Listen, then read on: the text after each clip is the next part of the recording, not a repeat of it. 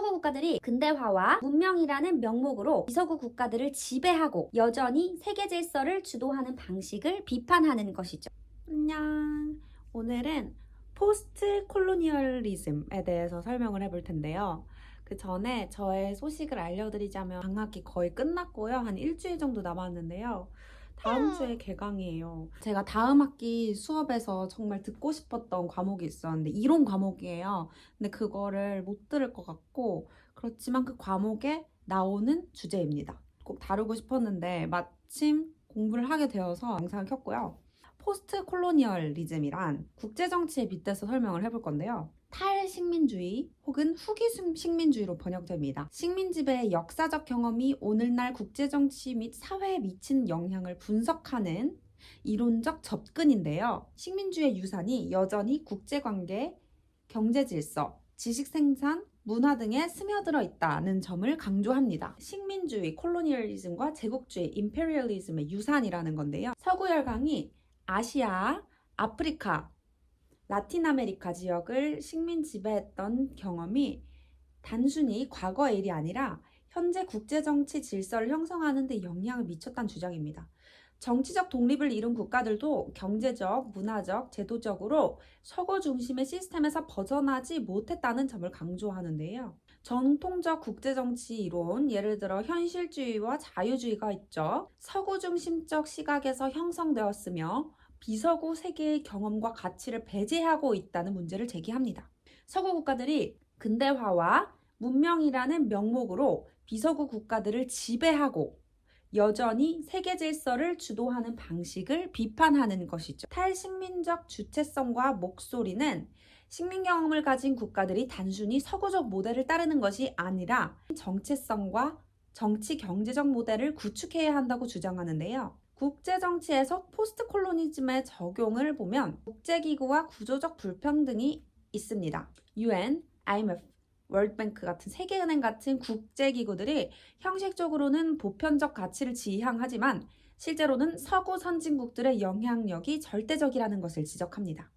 예를 들어 IMF와 세계은행의 구조조정 정책은 개발도상국이 서구식 경제 모델을 따르도록 강요하는 방식으로 작용했다고 하는 목소리가 큽니다.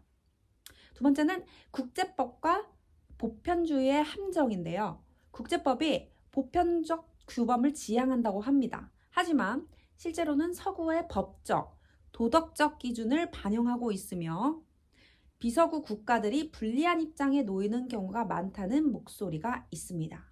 예를 들어 ICC 국제형사재판소는 주로 아프리카 국가들의 지도자를 기소하는 경향이 강한 반면 서구 강대국들의 전쟁 범죄는 처벌되지 않는 경우가 많다는 비판이 있었습니다.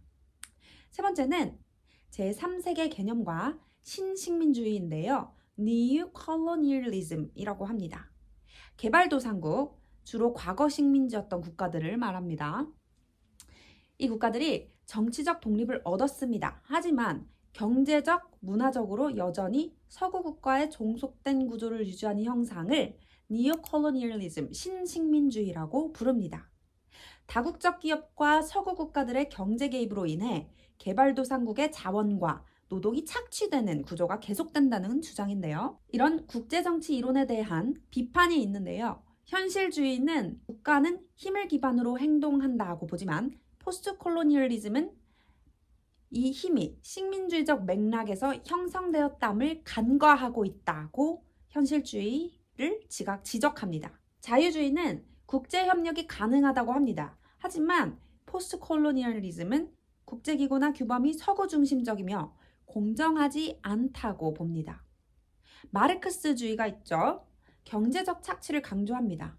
하지만 식민주의적 문화적 요소를 충분히 고려하지 못했다는 비판을 합니다. 포스트 콜로니얼리즘의 주요 학자가 있는데요. 에드워드 사이드입니다. 한 번쯤은 들어보셨을 거예요. 못 들어보셔도 괜찮아요. 지금 들으면 되니까. 오리엔탈리즘을 썼죠. 서구가 동양을 이국적이고 미개한 대상으로 만들어 서구 중심의 우월성을 정당화했다고 주장했습니다.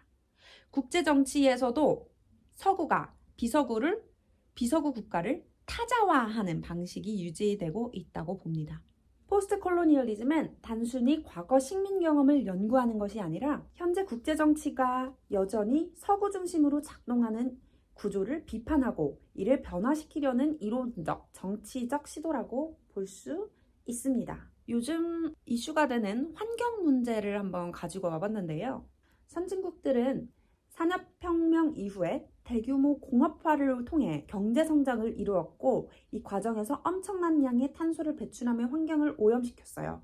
하지만 이제 와서 개도국에게 기후변화가 심각하니까 너희들도 친환경 정책을 써야 해 라고 요구가 많이 있습니다. 주요 논쟁점이 있는데요. 이것은 개도국 입장에선 공정하지 않다는 주장입니다. 선진국들은 이미 공업화를 통해 부를 축적시켰죠. 하지만 개도국은 아직 경제 발전이 필요한 상황입니다.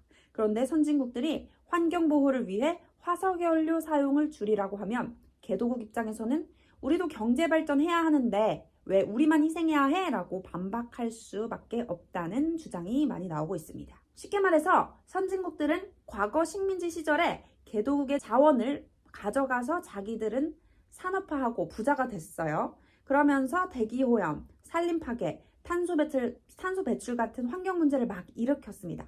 그런데 이제 와서 기후변화 심각하니까 환경오염 줄이고 친환경 산업만 하라고 말을 하는 것이죠. 지금도 이처럼 과거의 식민지대처럼 선진국이 환경 이슈를 빌미로 개도국의 경제 발전을 제한하려고 한다는 목소리 그리고 주장이 있습니다. 그래서 개도국 입장에서는 환경 보호 중요하지. 근데 우리도 좀 발전해야 되지 않겠냐라고 반발하는 것이죠.